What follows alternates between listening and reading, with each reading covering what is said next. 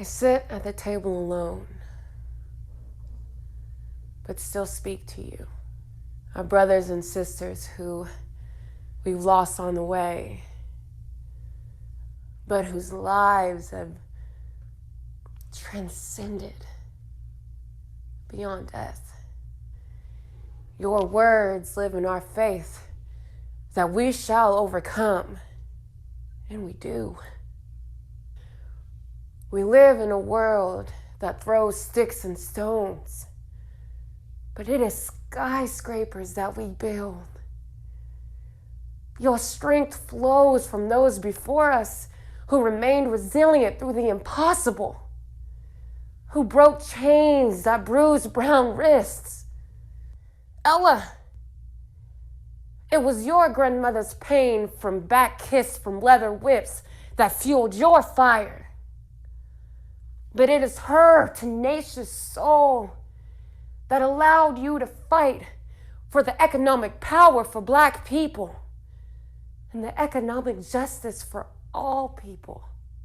It is you that gave us the voices today, like Hamza Travis Naji, so that when we are sick and tired of being sick and tired, we take to the streets and demand they be heard. And they are.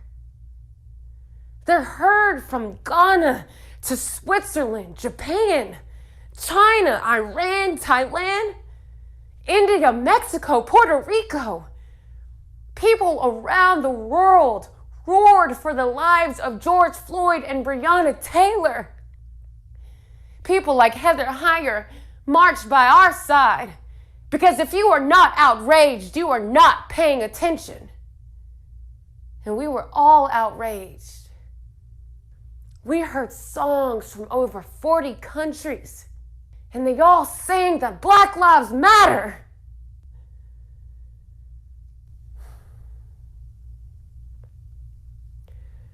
And then the streets fall silent, and our lives exist beyond the protest. We take off our uniforms and remember to be human. We go home. We celebrate. And we sing with our families. We dance the different languages of our soul, love, peace, and forgiveness. Our hands in one another's as our mothers and their mothers bless the feast. And we take a day off to hunt, to fish, to sleep. And you are right there with us. You became the foundation of our fire, our fight, while cradling small children in your arms. Feet crippled from long hours of working, and yet they still marched, leaving families behind to fight for everyone else's. And through tears, you still spoke. Joseph, you left your daughters to defend the lives around you. And in the process, you lost your own. Viola left her husband and 5 kids to drive supporters to march for our lives from Selma to Montgomery. You were athletes, scholars, mothers and fathers who became warriors for the generations to come. Everyday people whose lives were overshadowed by the call for justice, and you answered. James answered when Dr. King called for clergy to join peaceful protesters after watching demonstrators on the Edmund Pettus Bridge be attacked by those sworn to protect. Medgar answered the cries of our people, even though his wife begged him to take a break. You protected those around you, though you were not protected. Fred Hampton, you gave up your dream of being a New York Yankee to educate your brothers and sisters. And in return, you were arrested, beaten, and killed in your sleep at 21 years old. Fannie Lou Hamer was robbed of any chance at having kids. But her legacy continued. She fought for our right to vote and was nearly beaten to death at 46 years old. And yet her voice never silenced. These chairs are empty, but this room is full of wonderful lives that were taken for granted, taken advantage of, or simply just taken because of your passion for our livelihoods. Your sacrifices are not ignored. We praise your strength when choosing us, the future. And today, we choose the future too.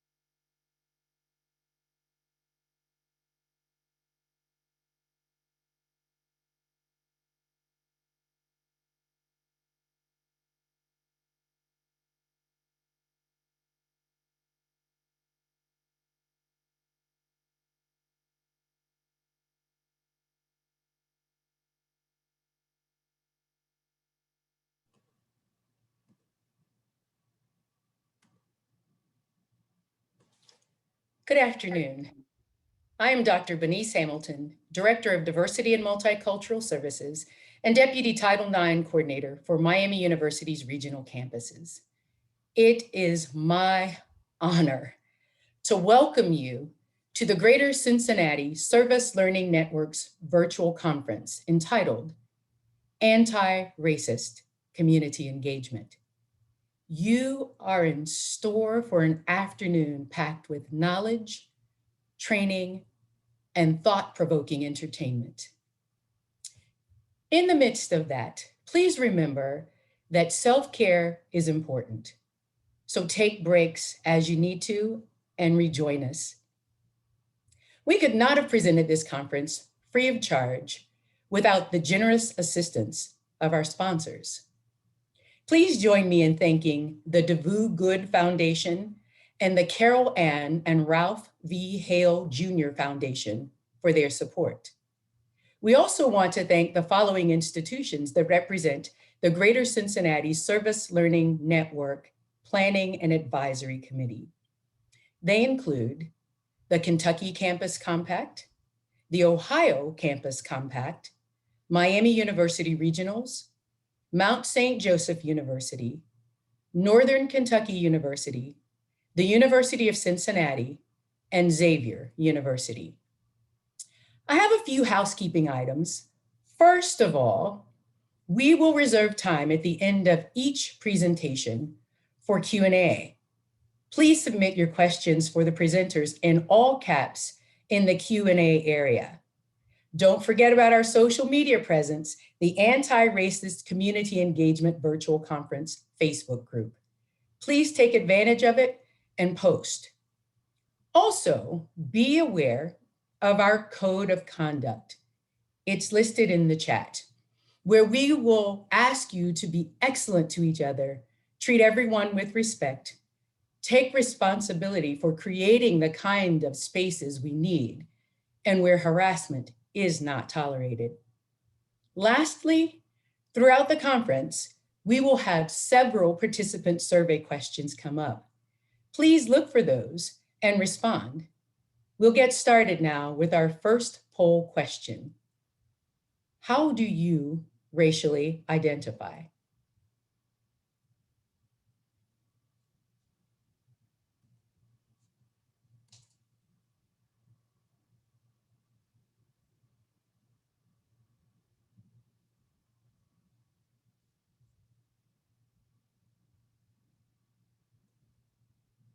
Thank you. It is now my pleasure to introduce you to our keynote speaker.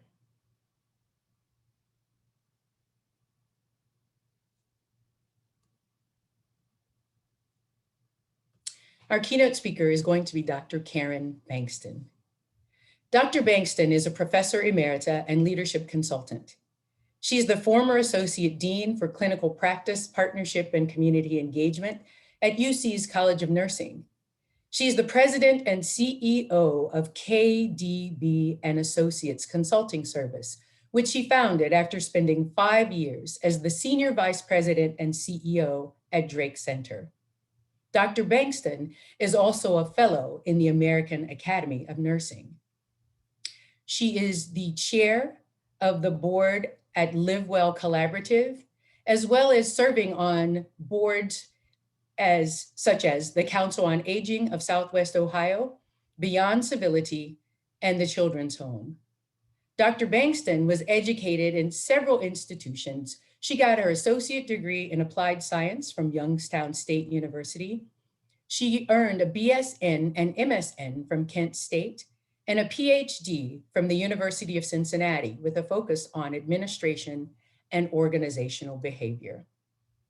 Dr. Bankston has also received a number of awards and honors, including the Cincinnati Woman of the Year in 2017, the American Nurses Association Mary Eliza Mahoney Award in 2016, the University of Cincinnati's Distinguished Alumni Award in 2016, Kent State University's Professional Achievement Alumni Award in 2016, and many others. Her civic engagement includes being a member of Sigma Theta Tau, Delta Xi, the International Nursing Honor Society, Queen City chapter of the Lynx Incorporated, Cincinnati alumni chapter of Delta Sigma Theta Sorority Incorporated, and she is a graduate of the 27th class of Leadership Cincinnati. Please join me in giving a warm welcome to our keynote speaker, Dr. Karen Bankston.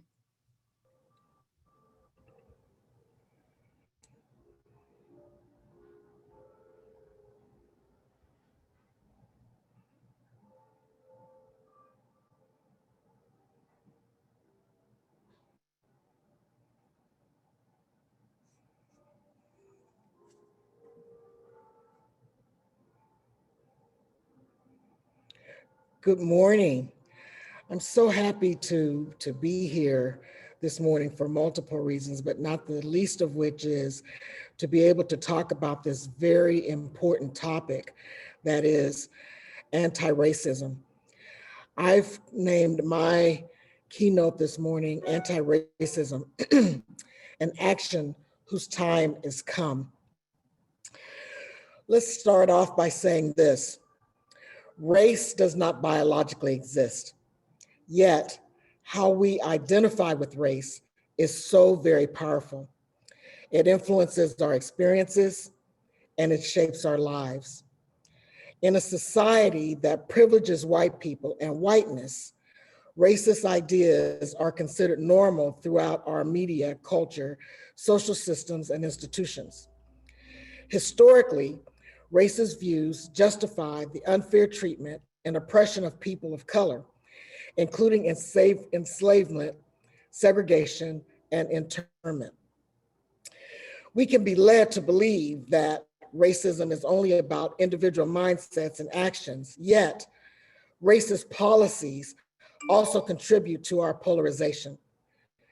While individual choices are damaging, racist ideas and policy have a widespread impact by threatening the equity of our systems and the fairness of our institutions.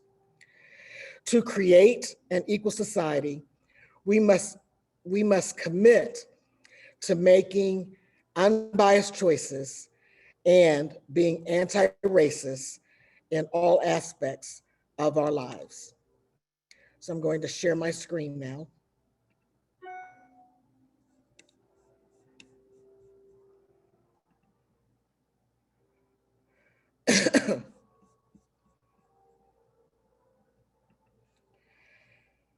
So first things first, I recognize whenever we attend conferences like this, or if you're on your job and you have to go to a diversity, equity, inclusion conference, oftentimes you say, oh boy, or you become nervous.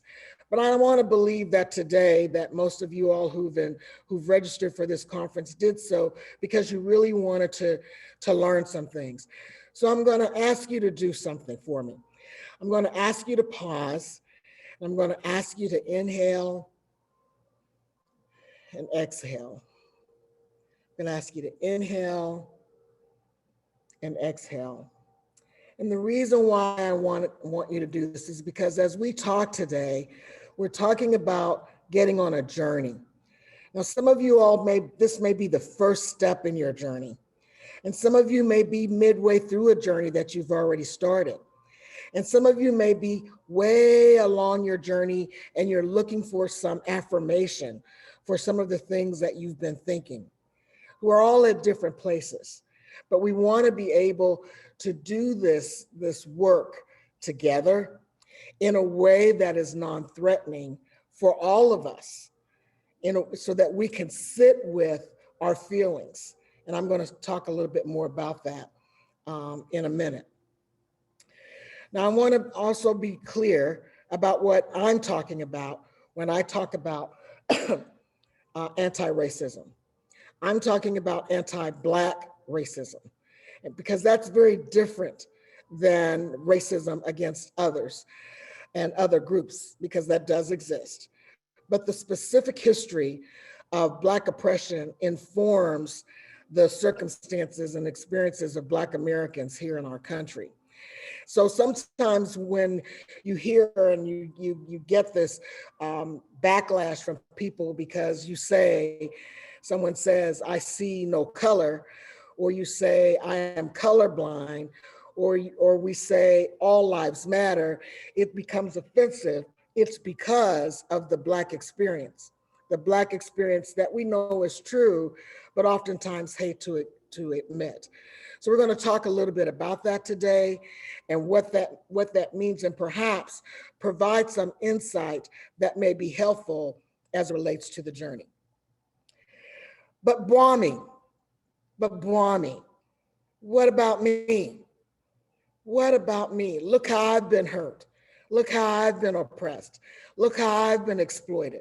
Now, I don't want anyone to think that Dr. Bankston is minimizing or diminishing or negating any other segment or group of the population. What I'm trying to do is really provide the experience of Black people, because when we look at the whole idea of anti-racism as an American experience, the significant proportion of the critical mass of anti-racism in America is about the Black experience. Stephen Covey, some of you all may have heard of him, said, one of the things that we need to do when we're talking about creating an environment where we can all begin to work together is to seek first to understand and then to be understood. This is one of the things that I want us to keep in the forefront of our mind.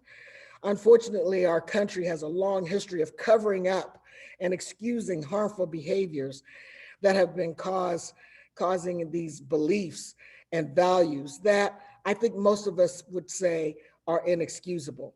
So we want to talk about some of those things and get to a point where we can be comfortable in our uncomfortableness, where we could be comfortable in our uncomfortableness. Now, some of you all may have seen a chart that looks like this. There are lots of charts out that look similar to this, but it kind of looks at all of the diversity dimensions. And it starts with what's internal to ourselves. You know, those things that are our personalities, our identity, and who we are, what makes us up, our life, our lived experiences help us to create that identity. Then we have our primary parts of us: age, race, gender identity, our ethnicity, and sexual orientation. Then there are the secondary, and again, all of these pieces of these dimensions make up who we are. The secondary, the religion, education, where we live, how we communicate, what we look like, how we work, our language, the dialect. Then organizational, you know, one of the pieces of research that I did early in my career was about union affiliation and what that meant. We have a multicultural America. We have a multicultural America. I'm saying that because it appears that maybe people didn't understand that. You know, when I was growing up, and I'm a child of the 50s and early 60s, people would say we were going to be this, quote, melting pot, and that we were all going to, you know, we're coming from all over the world, and we came into America, and we were going to fuse into this melting pot. I think what we've come to realize is that indeed we're not a melting pot. And you'll hear other experts talk about this salad bowl. And you know what? If you like salad, you would say that's okay, because each of the vegetables or whatever you put in your salad still maintains the integrity of what it is. I like to talk about building a quilt. Quilts are beautiful. Each piece, when it comes together and you put it together to make the beautiful quilt that it is, retains the integrity of what it is. Well, the US diversity is shifting. It's shifting into this multicultural community. And with the shifting, there's a shifting of the power. There's a shifting of the power balance. And what we're seeing with that shifting is increased racism and injustices. And with Euro-Americans now becoming the majority minority, and has already done so in half a dozen states, we're seeing the income inequality increasing and things occurring that had not occurred before, and creating discussions and dialogues that sound similar but different. And we need to understand that. We need to understand, quote, the new face of homelessness. We need to understand the uncertainties related to housing shortages. We need to understand what classism looks like in America. So let's look at some other definitions. So I said race is socially constructed. Race is not, we are all human beings. And I've had people say it to me, well, there's only one race, the human race, and that's very true. From an ethnological perspective, that is absolutely true. But those who name me have the ability to shame me. And so racism has stemmed from largely socioeconomic inequality and socioeconomic insecurity. So as the stratification was needed to reinforce the rationale for the enslavement of persons of African descent in this country, and subsequently in other countries as well, racism became, and race became a tool to maintain social stratification. And while it was not originally a global reality, we find that it is becoming one, but hierarchy was. So what is racism? Racism is prejudice, discrimination, or antagonism against a person based on their membership in a particular racial or ethnic group that is a minority or marginalized, and that group has the power to exert said prejudice, discrimination, or antagonism, which leads to this whole notion of structuralism, structural racism. So where institutions come together, and guess what? All of those things create trauma. And the trauma of racism, the social, emotional, psychological, emotional ill will towards people creates outcomes, racialized outcomes that have led to issues of concerns that we're dealing with today. Other definitions that we hear a lot about are individual racism, institutional racism, and systemic racism.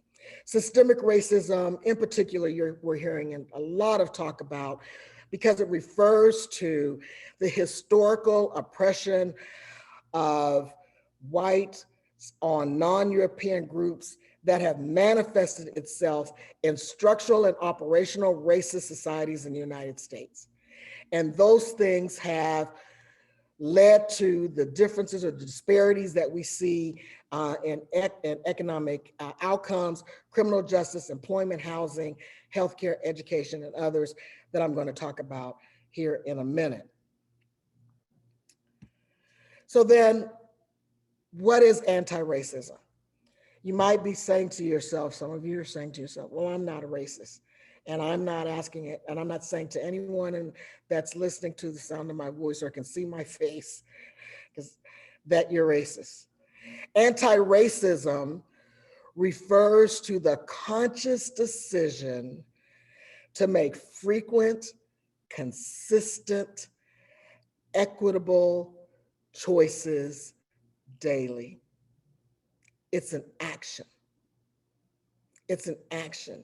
It's our being aware of the outcomes of the structures and systems and policies and processes that have been put in place over time that have oppressed minorities and marginalized groups, that have led to disparities. And in order for us to look at things differently, that is, be anti-racist, we have to be conscious in our decisions related to those choices. Well, Dr. Bankston, how did you get to thinking about this? Well, look at this little timeline here. When we're talking about racial equity, we must look at the history of our country. It has just been a little more than 50 years since the passing of the major Civil Rights Act. I've had people Often when I first got into doing some of this work, they'd say, why do Black people always want to bring up slavery?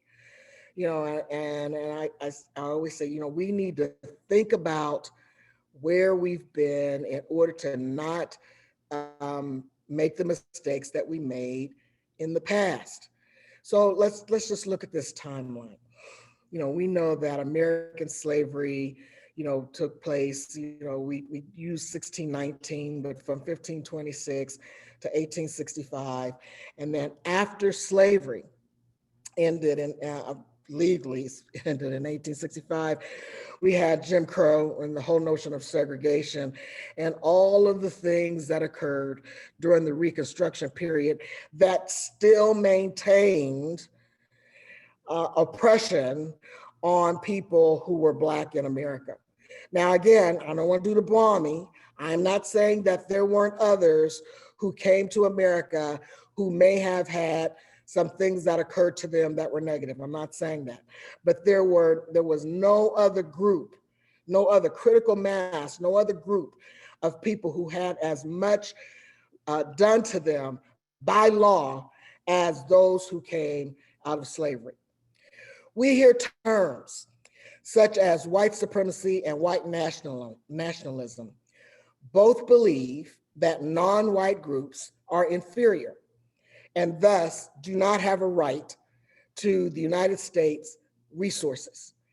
And what has to be understood is that these beliefs during that period of time, from 1865 into some of the most major legislation in the 1960s, were a part of the structure of Reconstruction. So the rules for housing, the rules for education, the rules for banking were all a part of what made America. So when people say, well, we're just going to condemn white nationalism or white supremacy, that by itself doesn't get rid of it. Why is that, you might say?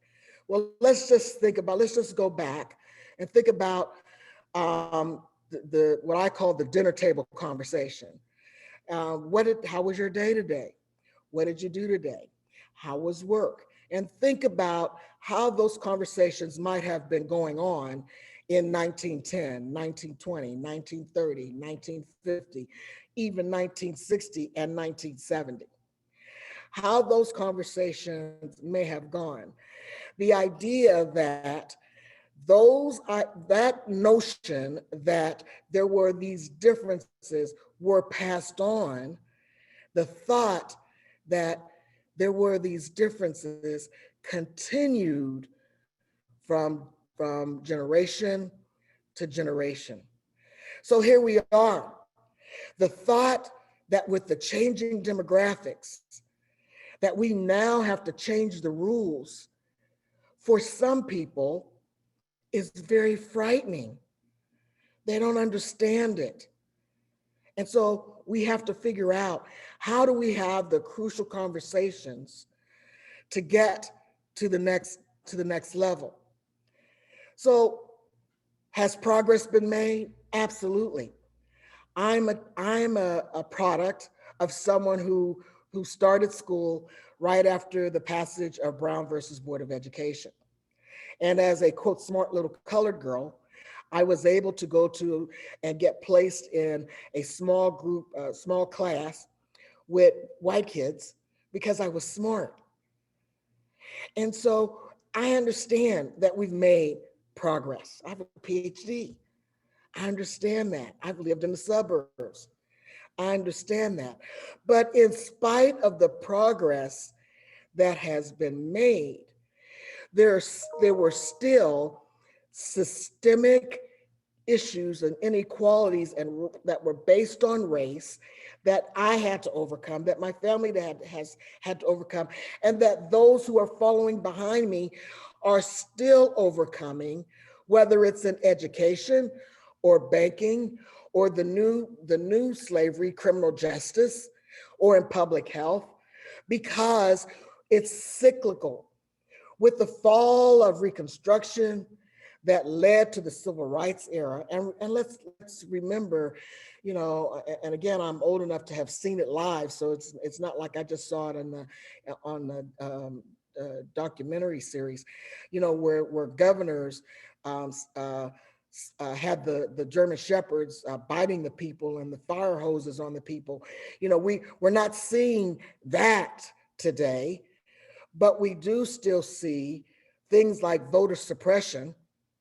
We do still see gerrymandering of political boundaries in order to get the kind of racialized outcomes that lead to these cyclical kinds of things that create these racialized outcomes. So we move into this world of implicit bias. When I was a CEO of a hospital, I used to tell my team, I said, look here, we don't necessarily have people sitting in offices thinking racist ideas. I'm going to go and cause Black people or brown people or LGBTQ people or Jewish people. I'm going to create problems for them. That's not generally how it works generally. I'm not saying there aren't people, I'm just saying generally. But what does still happen is that because of the decades of information being passed on and our lived experiences, we get implicitly unconscious beliefs that become a part of who we are. And so our policies and practices protect the power that has been bestowed upon those who are in authority. And in most instances, and in our country, those individuals have been white. So what's happened? We have a radicalization of a population.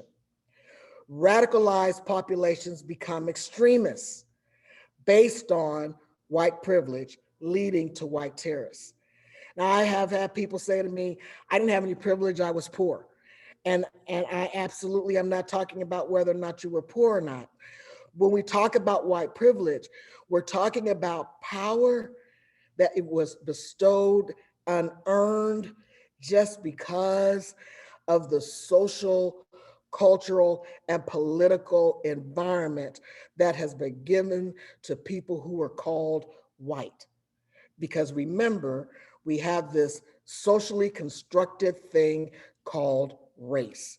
And if we're going to name Black, we're going to name white. So this whole notion creates a problem. We have to remember that the first and original members of the Ku Klux Klan came from descendants of the Confederacy. They wanted to maintain the slave economy. Many of those feelings have been passed down decade after decade, building into the policies and structures that make up our organizations and communities. I had a colleague once that told me that the whole reason why they kept the Confederate flag in their office was because it was a part of their heritage. And I said, so you're saying to me that you think slavery was a good thing? Well, no, Karen, that's not what I meant. I said, well, you do understand that that's what that was about. So we have to understand our history. You see, I believe that some of the implicit biases that people hold, they hold because of sitting at the dinner table. And oftentimes we really do not understand why we believe what it is that we believe. And so it becomes imperative for us to begin to have the conversations. I know that it became real for me about 25 years ago. 25 years ago, my oldest son started dating, and the girls that he started dating were white. And the first girl he started dating, I was like, what the heck's going on here? And so after the little girl went home, I says, what are you doing? And he says, what do you mean? I says, she's white. He said, yes. I said, I'm flustered. And he says to me, Mom, you told us that we should love everyone and that we were going to build this world together. And I said, that's true. I did say that. I'm a Christian. Now, I had to really sit down with myself and really think through that thing, why I was so distraught about that. And I had to realize that I had my own implicit biases based on the things that I heard at my dinner table growing up. And even though I was a registered nurse working at a hospital, surrounded by white people and doing all the things that I thought a middle-class American was supposed to do, I was still thinking through and protecting myself from the things that I thought could disadvantage me because of the color of my skin. So we all have implicit biases, but it doesn't absolve any of us from the responsibility of disrupting the structures that are in the way of developing equitable outcomes. So what do we have to do? We have to stop and think. We have to stop and think. One does not need to be racist to practice racism. So we have to really look at how we frame things in our mind. A commitment to being anti-racist manifests itself in choices. When we encounter interpersonal racism, covert or overt, there are ways that we respond and ways that we interpret it. We have to ask questions like I did with my son said that to me. We might seek some clarity. We might ask, tell me more about that. Help me to understand. Or we might say, I don't quite see it the way that you do.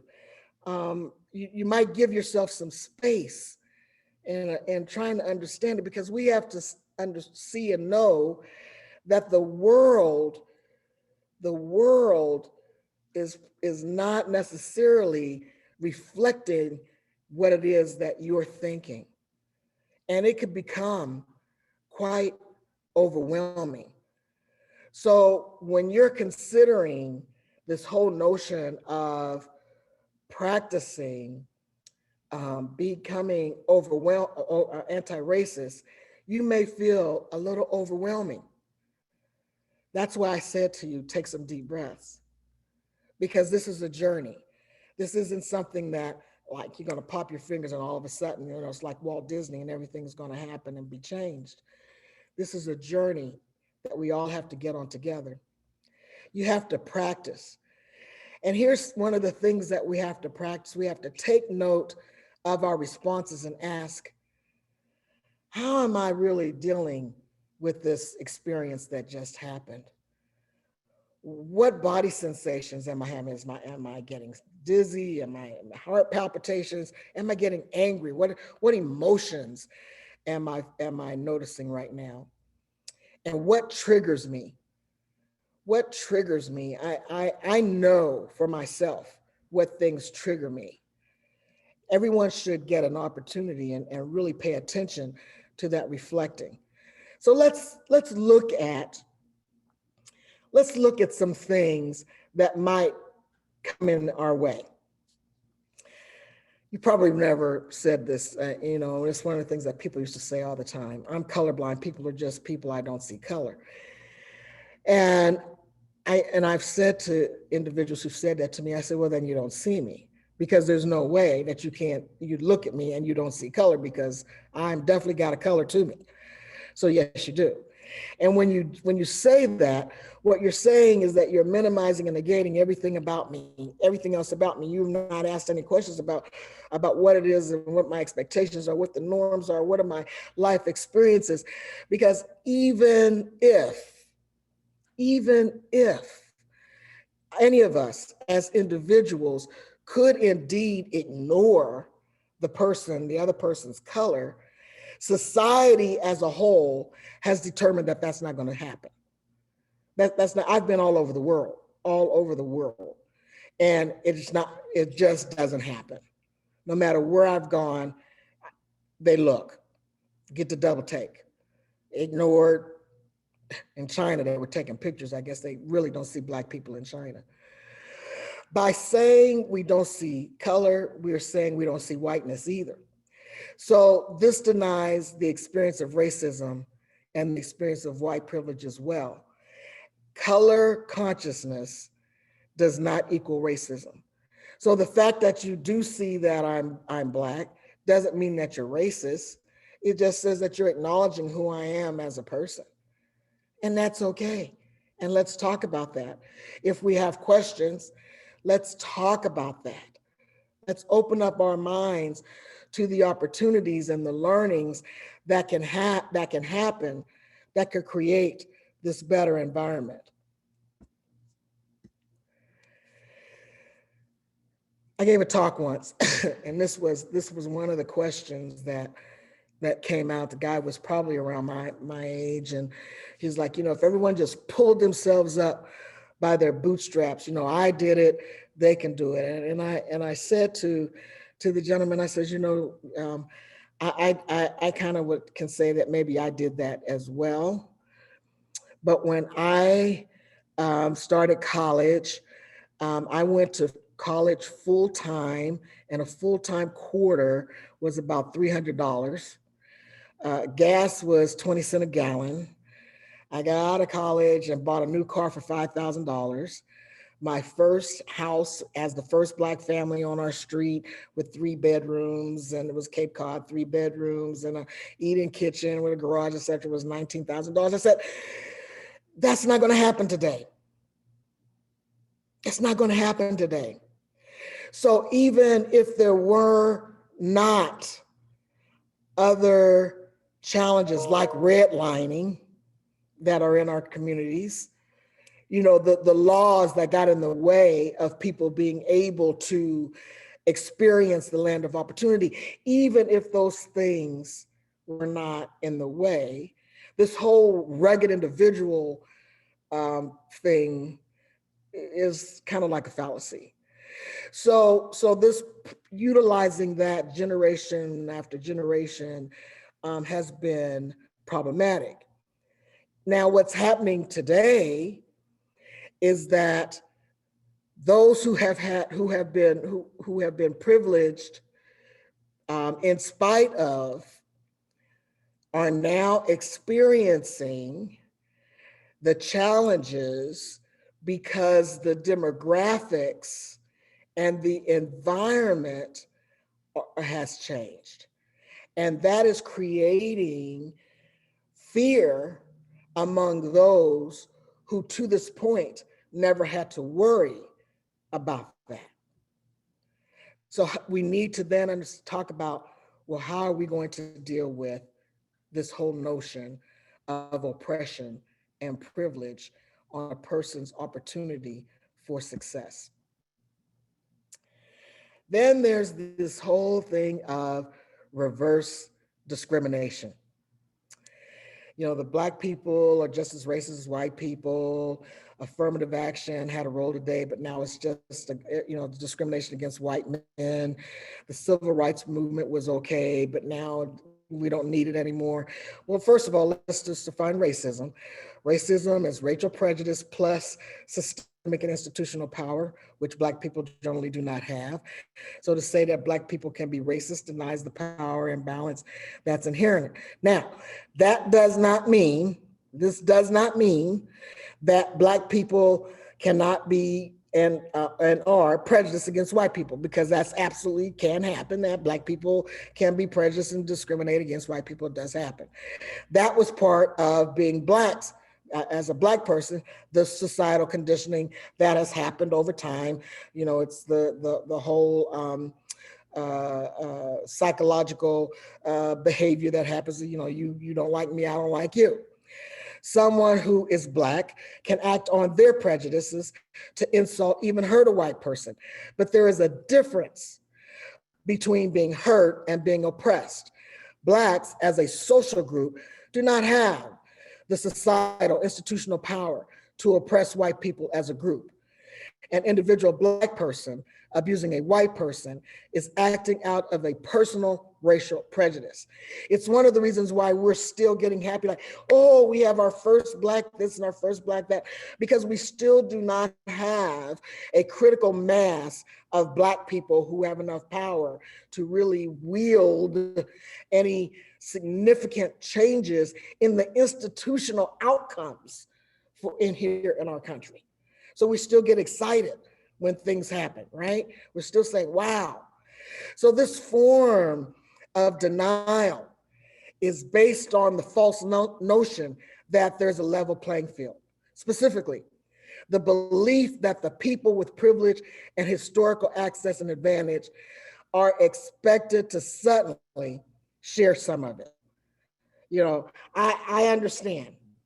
People who've had the power, they're not all of a sudden say, well, we're getting ready to give y'all some of it. We're not, you know, we're going to give you some of this power. We're so happy. You know, I've been going to my equity and inclusion classes, and I'm happy, and I love everybody, and I'm going to share some of the wealth. Anybody that understands capitalism know that's one of the problems that we've gotten, is that people don't, you know, that top tier percent, that 1%, you know, I'll even go with the 10%. They're not trying to give the 90% some of that up there, right? So we have that.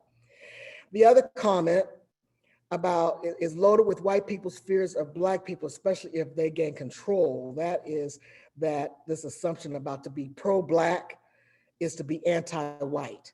See, again, we're moving, we haven't been able to get it to this whole idea of being able to really be integrated.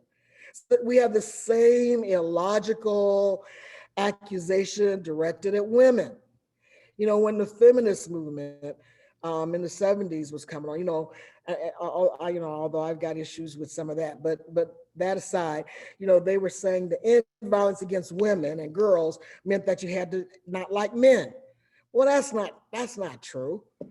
But it's that same thing, like to be concerned about one means you don't like the other. That's not true.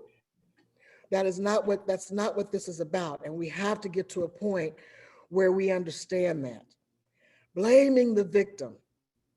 You know, those of you who may work in human resources, you know, may hear others say, well, we just can't find anybody qualified. We've looked everywhere, or the person they're okay, but they always bring up race.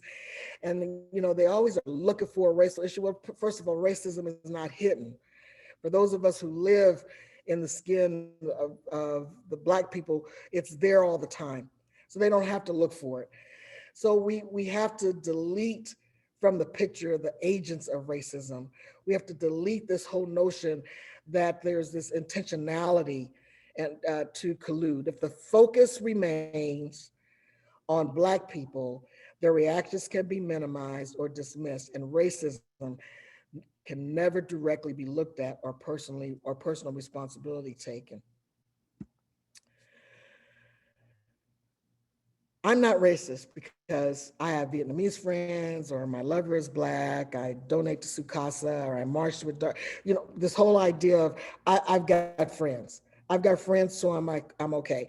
And you know what? It is okay that you have friends, but that action by yourself doesn't magically take away the racist conditioning that occurs in our society, and we have to understand that. Now, this is one that I personally have one of my biggest problems with, because I sit on several nonprofit boards and have sat on several nonprofit boards, and that is being the white missionary or the white savior, and that the decisions by white people are made on behalf of Black people as though Black people are incapable of making their own decision, and it places the problems at the feet, and the only appropriate solutions are the ones that white people have, without taking into consideration the decisions of the culture or the understanding that Black people have related to their own concerns, regardless of the motive, because I understand that there are well-meaning white people who just want to do good. Regardless of the motive, it is still about white control. And we have to really, again, think of a way to come there together without being paternalistic. How do we do that? Silence. Silence. Silence often is a product of guilt or fear. They're afraid. People are afraid of making someone angry. This happens a lot in families. There may be fear that speaking out could result in losing some of the attained privilege. There may be a fear of violence. The reasons of silence are many. There is no anti-racist action is taken as long as there is silence. Anti-racist behavior requires courage. However, foolish risks make little sense. Foolish risks make little sense. So if the choice between intervening in the moment alone or gathering to speak out later is more strategic, then the latter may prove more effective. So you have to think through which one is the right one. I found this slide about the journey and I loved it. It didn't say who did it, and I wish I could give them credit because I think it's great. But it talks about this journey, the zones that you go through, the whole idea of self-reflection and growth. And it says, becoming anti-racist, you start out with, I did people who deny that there's a problem, that they avoid those hard questions, they try to be comfortable, that you're still in the fear zone. When you start learning, you seek out questions that make you a little uncomfortable, and you begin to be able to sit in that uncomfortableness. You become vulnerable to your own biases and knowledge gaps, and you listen to others who think differently than me. When you get to the growth zone, you identify how you may unknowingly benefit from racism. That's a reality. You reduce, you educate your peers and maybe family and friends about what that looks like. You don't let your mistakes deter you from getting better. I had someone say to me once, "Well, I don't want to feel like I'm always walking on eggshells." Well, you shouldn't feel like you're walking on eggshells, because you're going to walk on eggshells, and guess what? You're going to crack something, and that's okay. You have to be okay. You have to begin to establish those relationships where it's okay to not always know what to say. It's okay. Ask questions about that. And then surround yourself with others who think and look differently than yourself, to begin to ask those kinds of questions and have those kinds of conversations. So what are some tips for being anti-racist? Take a stand, be bold, acknowledge your privileges and use them for good. Don't be colorblind. Don't be silent, because being silent is being complicit. Advocate when Black people are not in the room. Advocate. Don't turn your back on things. Don't be that silent person. Call it out when you see it. Have those uncomfortable conversations. Be open to making those mistakes. And you know what? Teach your children. Teach your children. When you are at the dinner table, have those conversations. I believe that it's those conversations that help us and will help us over the decades. My final words: we are all connected. We are all connected. This is one globe. We're all here. Our fates are linked to one another. I want us to think not about any of us, quote, helping those communities. It's about our looking at the structures that have been developed over the decades and the centuries, and finding ways to increase access to opportunities to create inclusive and thriving communities where we can all belong. America was an experiment. we're a country that no one else had done what it is, that this democracy that we have, no one else had done it. We're still experimenting. Let's be the generation that can figure it out.